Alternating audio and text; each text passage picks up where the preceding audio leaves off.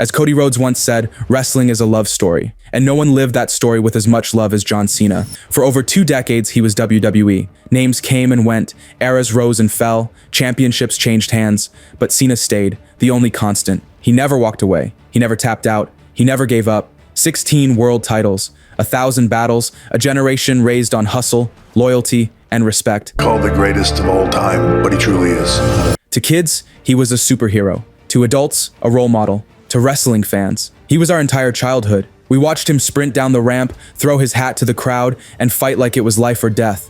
No shortcuts, no cheap shots, just a man carrying an era on his back. Even when the boos got louder, even when the crowd turned, he always rose above hate. That's how he earned the world's respect. That's how his name got bigger than the ring itself. He bled for that legacy. He earned it, but even the brightest stars eventually burn out. When he returned, we hoped for one last ride, one last war, a hero's farewell, maybe one last ride with the title to make it 17. But that's not how it went down. At the Royal Rumble, he came in with hope. But the new blood was faster, hungrier. He felt it slipping away, the years catching up. Jey Uso eliminated him, the world moving on, and he's not the Super Cena of the past. But Cena, he raised Jey's hand. Respect. But respect wasn't the end game. 17 was. So he gave himself one last shot, the Elimination Chamber. He didn't ask for it. He claimed it. Decades of loyalty to the business. He said he earned the right. No one questioned him. Then came the chamber, and no one was prepared for what happened next. Cena clawed his way to the final 2. Only Punk stood between him and history. Punk was on the verge of victory to earn the spotlight that was stolen from him for his entire career, until Seth Rollins, already eliminated, blindsided him. A curb stomp. Cena saw the opening. A desperate man will do the desperate things to survive. And when history starts to forget you, survival becomes the only goal. And then came the moment that changed everything. Cody Rhodes entered the ring. He offered his respect. Then, The Rock showed up. One question, was Cody going to sell his soul? Cody gave his answer. 2 words. Cena hugged him. Over his shoulder, The Rock made the call. And then, he struck. A low blow, a savage assault. The man who built his name on honor just betrayed everything he ever stood for. No hesitation, no apology, only blood on the mat, and The Rock joined in. Together they tore down Cody Rhodes and everything John Cena once claimed to believe in. We thought Cena was the last honest man in wrestling. Maybe we were wrong. Maybe the man who told us to never give up wasn't fighting for us. He was fighting to stay on top. You either die a hero or live long enough to become the peacemaker. And Cena didn't just live, he adapted, he thrived, he stayed in the light until it no longer served him. Then he walked into the dark on purpose. The man who granted 650 wishes now grants only death. The hero who once lifted the spirits of millions now crushed them beneath his boot. As Cody lay broken, Cena stood over him, not as a hero, but something else. The brightest flame cast the darkest shadow. Maybe he was never the hero we thought. You're not a hero, John. You're a bully. You're a horrible person. You take the weaknesses of others and you turn them into jokes. You do anything for fame, John. Congratulations. You're the man now, John! So how did it come to this? How did the man who once defied the darkness become its greatest weapon? To understand the fall of John Cena, we have to go back to the beginning, before Hollywood came calling, before he became the most decorated superstar in professional wrestling. There was just a boy from West Newbury, Massachusetts, a kid from a small town with a dream too big for the place he came from. A boy who got pushed around at school, got bullied, and told he wasn't strong enough, fast enough, good enough. Until one day, he decided that was going to change. The iron became his salvation. The football field gave him fire, but neither gave him purpose. He grew up idolizing Hulk Hogan and Macho Man Randy Savage, cutting out cardboard title belts, imagining his own path to glory. And when he finally had the physique to chase that dream, he didn't wait. He packed his bags, moved to California, and started grinding on the indie scene. It wasn't easy, but he never looked back. He lived in his car outside the gym, scraping by, taking every hit that came. But effort has a way of getting noticed. Eventually, WWE came calling, with a developmental contract in hand. His career began in Ohio Valley Wrestling, but his journey was never meant to be easy. He came up during one of the most elite generations of talent. He wasn't a genetic powerhouse like Batista. He wasn't a third-generation prodigy like Randy Orton. He wasn't an athletic freak like Brock Lesnar. And in an industry that devours the average and only keeps the extraordinary, John Cena looked like a name destined to be forgotten. So what made him different? What was the one quality that made him good enough to face the very best in the business? That was the question Kurt Angle asked, standing in the middle of a SmackDown ring. Cena answered it with 2 words: ruthless aggression. That was the moment. The one where everything truly began. WWE was in flux. The Attitude Era had burned white hot and fizzled out. The Rock was heading to Hollywood. Steve Austin had walked away. Vince McMahon stood in the ring, searching for the next spark, someone who could carry the company through an identity crisis. He called for ruthless aggression, and a young John Cena stepped forward, answering the challenge with that now famous slap to Kurt Angle's face. Cena's debut turned heads. His match with Angle earned respect, even from veterans like The Undertaker. He scored his first real feud against Chris Jericho and pulled off a win. But the momentum didn't last. His character felt hollow, too clean, too scripted, too safe. The crowd didn't connect. He began to fade into the background, just another name on a loaded roster. Then came the conversation no young wrestler wants to. He was on the chopping block. On what was supposed to be his final European tour, Cena found himself on a long bus ride with the roster. Rey Mysterio and Rikishi were freestyling, cracking jokes, killing time. Cena jumped in, imaginary mic in hand, and started spitting bars. Stephanie McMahon overheard from the front of the bus. And on the way out, she was like, "How did you remember all that? Are you kidding me? I don't." She threw him a challenge, freestyle about a can of tuna. He didn't flinch, and right then, she told him, "Do that on TV." On Halloween night, Cena walked onto SmackDown dressed as Vanilla Ice. He dropped a rap, and the crowd responded. Slowly, the character began to evolve. Chains, throwback jerseys, squared-off hat, pumped-up sneakers. He started dissing opponents in rhyme, cracking absurd jokes, leaning into the swagger. It wasn't polished, it was raw, and it was exactly what WWE's younger fans had been waiting for. The Doctor of Thugonomics was born, not in a writer's room, not in a marketing pitch, but on a bus ride. A freestyle that saved a career that is soon going to define a generation. Cena's raps got sharper, the punchlines hit harder. Technically, he was a heel, but the crowd didn't care. And it wasn't just talk. In the ring, Cena was stacking wins. Eddie Guerrero, Chris Benoit, even a victory over The Undertaker. His resume was growing fast. Then came his biggest test, WWE champion Brock Lesnar.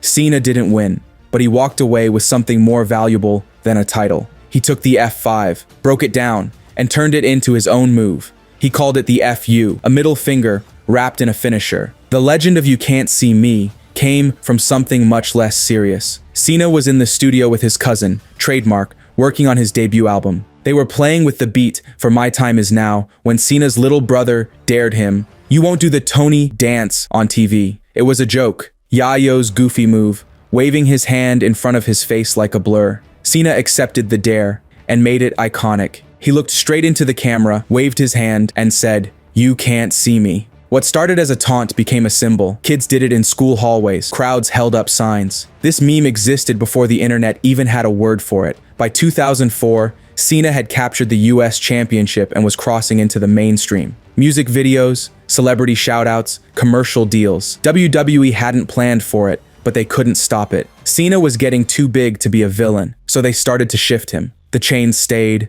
the jerseys stayed, but the lyrics got cleaner. The edge was smoothed out. Slowly, the Doctor of Thugonomics began to fade, and in his place, something else was forming. This was the end of Cena's first heel run. For decades, fans assumed it would be his last. How naive we were. But when he dropped the gimmick, his popularity didn't fall. It exploded. The chain gang caught fire. Cena racked up wins, picked up titles, and even filmed his first movie, The Marine. He took a short break, came back, and reclaimed the US Championship. Then came the spinner belt, flashy, loud, and tailor-made for the image he'd built. Fans loved it. Then came the album. You Can't See Me dropped in 2005. It debuted at number 15 on the Billboard charts and eventually went platinum. Cena wrote and performed every track himself. No ghostwriters, no studio tricks. Just his voice, raw and direct. The lead track, My Time Is Now, became his entrance theme. The horns, the beat, the rhythm. It hit right away. Fans memorized every word. As Cena rose, Vince McMahon was still looking for the next face of the company. Brock Lesnar had been the plan, but he left. Before him, there were others. Rob Van Dam, Kurt Angle, Batista, Randy Orton. They all had chances. None of them locked it in. Cena wasn't the first choice. He wasn't handpicked. He built himself. Through crowd reactions, merchandise sales, and by showing up every week. He became the backup plan that worked. Cena stepped into a feud with the arrogant, self-made millionaire, JBL. And in one of the era's most memorable moments, he destroyed JBL's limo with a wrench. The symbolism was clear. Cena, who once drove limos to make ends meet, now had the success to destroy one. At WrestleMania 21, Cena beat JBL clean and walked out as WWE champion. He redesigned that belt too. Another spinner. Hardcore fans hated it. Younger fans, they loved it. It became the top seller. And Cena didn't slow down. He signed every autograph, showed up to every event, did every interview. Behind the scenes, he had just started working with the Make-A-Wish Foundation. Not for attention, but because he genuinely wanted to do something good with his fame. That wasn't part of his gimmick. It was just him. After WrestleMania, Cena was drafted to Raw, not as a mid-carder, but as the face of the brand. WWE wasn't just relying on him. They were building around him. Raw had become the flagship show, and Cena was picked first overall to lead it. Right away, he was in title feuds with names like Chris Jericho and the man he originally debuted against, Kurt Angle. Around this time, Cena added the STF to his arsenal, signaling a shift in his in-ring style. But bigger things were on the way. His biggest rival was just around the corner. Before that feud took over, Cena's character started to change. The edgy, trash-talking rapper faded out. What replaced it was more polished, cleaner, more heroic. A Superman type who always bounced back. Fans noticed. Not all of them liked it. By 2005, the anti-Cena crowd had already formed. Some criticized his in-ring style. Others thought his character was too forced, too corporate. But the numbers told the story. Cena was top draw. When Edge cashed in the first ever Money in the Bank briefcase to take Cena's title, a portion of the crowd seemed to take side of the rated R superstar. Their rivalry would go on to define a generation. They pushed each other constantly and raised the bar every time. After losing the title, Cena went into a feud with Triple H and eventually won the WWE Championship back. This is where we saw a new side of Cena. He carried WWE across all media appearances, charity events, press tours, and mainstream platforms. He was the true face, and the company leaned into it. Then came One Night Stand. Cena versus Rob Van Dam in front of a rabid ECW crowd. Hostile doesn't even cover it. Some fans held signs that read, "If Cena wins, we riot." And they meant it. Cena lost that night, and maybe that was for the best. The divide was set. After that, Cena leaned back into the patriotic side of his character and reignited his feud with Edge. The Champ is Here era was back. He had a short tag title run with Shawn Michaels and delivered a 15-minute classic with him on Raw. He also faced Bobby Lashley and even managed to pull a solid match out of the Great Khali. Then came his greatest challenge, Randy Orton. At the time, Orton was at his most dangerous, cold, calculated, and fully locked in. Their feud felt real. It felt personal. But before it could hit its peak, Cena tore his pectoral muscle during a match with Mr. Kennedy. His title reign ended abruptly, and he was sidelined for months. Then WWE hit its darkest chapter. The Benoit tragedy shook the company's reputation. Sponsors pulled out. Media turned hostile. Parents who had once tolerated blood and violence wanted nothing to do with wrestling. WWE had to pivot fast. The ruthless aggression era was over. The product shifted to bright lights, safer matches, and scripted segments. This was the start of the PG era. And leading that transition was John Cena. He returned at the 2008 Royal Rumble to a massive reaction. Even the hardcore New York crowd erupted. He won the match but lost in his title shot. Still, things had changed. The attitude was gone. The fire cooled. In its place was a clean-cut, family-friendly hero built for younger viewers. Older fans started to tune out. Cena didn't flinch. He understood the role and kept showing up. He even learned Mandarin to help WWE expand into China. It didn't really work, but he was the only one who even tried. Back in the ring, Cena reignited his feud with JBL. He had a short feud with one of his old OVW peer Batista. Then another injury took him out. But again, he came back, and later won his first World Heavyweight Championship, defeating Chris Jericho, only to drop it again to Edge. Cena's next chapter brought him back to Randy Orton, reigniting their long-running rivalry. Around the same time, he clashed with a new threat in Sheamus, who scored an early upset win. But the bigger spotlight came at Extreme Rules, where Cena faced Batista for the WWE Championship. He beat him clean, reclaiming the title and solidifying his place at the top once again. Batista's exit came soon after, closing out another era. By the time the new decade arrived, the stars of the Attitude and Ruthless Aggression eras were mostly gone. Austin, Rock, Undertaker, Shawn Michaels, Triple H, all part-time or retired. Only Cena, Orton, and Edge were still standing. WWE needed something new. That's when Nexus broke through, and everything changed again. The Nexus debut was violent, sudden, and full of promise. Led by Wade Barrett, a group of rookies tore through Raw like a pack of wolves, dismantling the ring, attacking legends, and mauling John Cena in a moment that felt dangerous and new. WWE gave them credibility right away. They disrupted main events and even took on The Undertaker. Barrett had presence, poise, and momentum. But it all collapsed when they ran into the company's immovable object. Cena stood tall at 2010, surviving the Nexus despite being outnumbered. In the process, Barrett's push was reversed. The decision killed a hot angle. It sent a message. No matter how compelling the threat, Cena stayed untouched. Fans saw it as a missed opportunity, a refusal to let the system change. And because Cena was the face of that system, fans started despising him even more. But he wasn't on autopilot. He was already building towards something bigger, something that didn't feel possible until it happened. In 2011, The Rock returned, not for a cameo, not just to wave to the crowd, but to challenge Cena directly. The match was announced a year in advance, WrestleMania 27. The current franchise player versus the icon who left. The tension was real. Cena resented him. He called Rock a hypocrite, someone who claimed loyalty to WWE but left the moment Hollywood called. He mocked him for being out of touch, for writing promos on his wrist. Rock fired back with his usual charisma and one-liners. It didn't feel scripted, it felt personal. Before that match could take over the spotlight, something unexpected broke through. In June 2011, CM Punk picked up a mic and dropped the pipe bomb. Sitting on the ramp, he called out Vince McMahon, the company, the fans, and most of all, Cena. Punk didn't just want to beat him, he wanted to expose him. He framed Cena as the symbol of a broken system, a man who claimed to represent the people, but had become part of the machine. Punk wasn't rejecting wrestling, he was rejecting what it had become. At Money in the Bank, in front of a fired-up Chicago crowd, Punk beat Cena clean in one of the most celebrated matches in WWE history. Cena delivered one of the best performances of his career. But that night wasn't about him. It was about someone finally breaking through. Cena wasn't invincible anymore. He was vulnerable. When Cena finally faced Rock at WrestleMania, he lost. Because the story wasn't over, there was too much money on the table to finish it in one night. The rematch was already in motion. The next year became a strange chapter. Brock Lesnar returned and beat Cena down. Cena won the match, but physically, it looked like a loss. Then came a stretch of filler, feuds with John Laurinaitis, forgettable storylines, and a growing sense that Cena's dominance no longer excited the crowd. John Cena won his second Royal Rumble in 2013.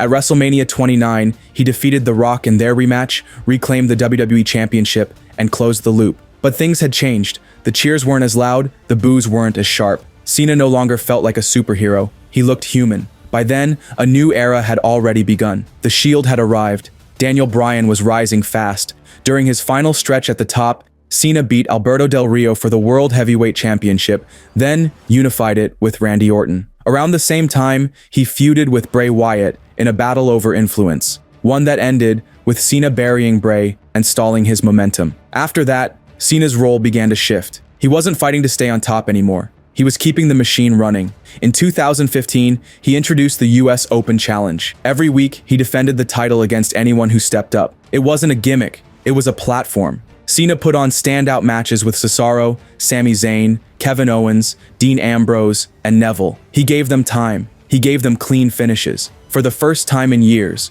fans looked forward to Cena's matches with genuine interest. The work spoke for itself. By then, WWE's next generation had taken over. Roman Reigns, Seth Rollins, Daniel Bryan, they were now on the posters, in the title picture, delivering the promos Cena once owned. And Cena stepped back to make room. The same man who once buried the Nexus was now holding the door open for Owens and Styles. The same performer who once seemed untouchable was now getting squashed by Brock Lesnar, embarrassed by The Fiend, or pinned clean on live TV. Cena's legacy wasn't about how long he stayed at the top. It was about how he stepped aside and helped elevate the next wave, or so it seemed. Cena's last major feud as a full-time wrestler came in 2016. AJ Styles arrived and beat him clean at SummerSlam. Cena called it a passing of the torch. But at the Royal Rumble a few months later, he beat AJ and tied Ric Flair's record with a 16th world title. That wasn't about legacy, that was about pride. Then Hollywood called again, and Cena answered.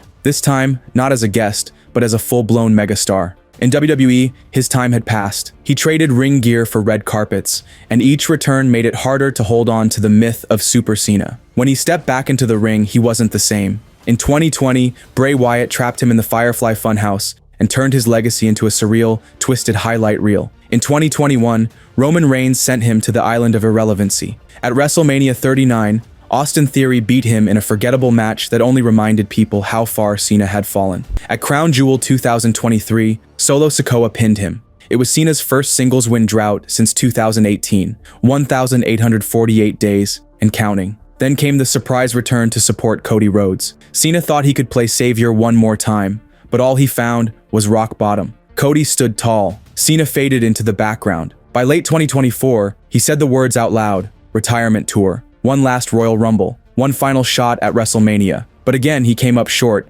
Jey Uso eliminated him, and at the press conference afterward, Cena looked desperate. He announced himself for the Elimination Chamber. No qualifying match, no climb, just entitlement. The Cena fans remembered would have earned it, but this version said he deserved it because of what he'd done for the business. That moment said everything. He claimed chasing his 17th title was best for business, but what happened inside that chamber proved what was really best for him. When Seth Rollins attacked CM Punk, Cena didn't hesitate. He didn't stand for honor. He took advantage, pinned a broken Punk, and won his first match in 5 years. People were shocked, but they shouldn't have been. They asked why Cena sold his soul. The truth is, he never had one. He built his popularity by mocking others in rap battles, making fun of their stutters, their looks, and their insecurities. Wade Barrett was buried. Mr. Kennedy was gone after one mistake. Rey Mysterio was embarrassed in front of his hometown. Zack Ryder was used for one pop and thrown aside. Bray Wyatt was humiliated twice in matches scripted to break him. Cena didn't build his career on hustle, loyalty, or respect. He built it on the momentum he took from others. He wasn't a hero to the kids. He used their cheers to shield himself from adult criticism. He called The Rock a sellout for going Hollywood, then left when WWE needed him most.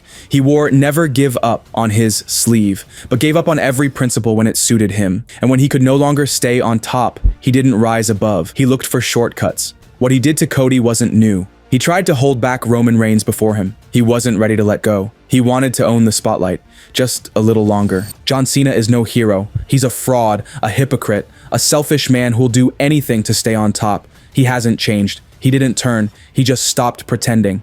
So if you're still asking why he sold his soul, why he turned his back on the fans after 2 decades, here's the only truth. The real reason why he did it? I did it for The Rock. Subscribe for deep dives like this and hit the bell icon so you don't miss what's coming next. Thanks for watching.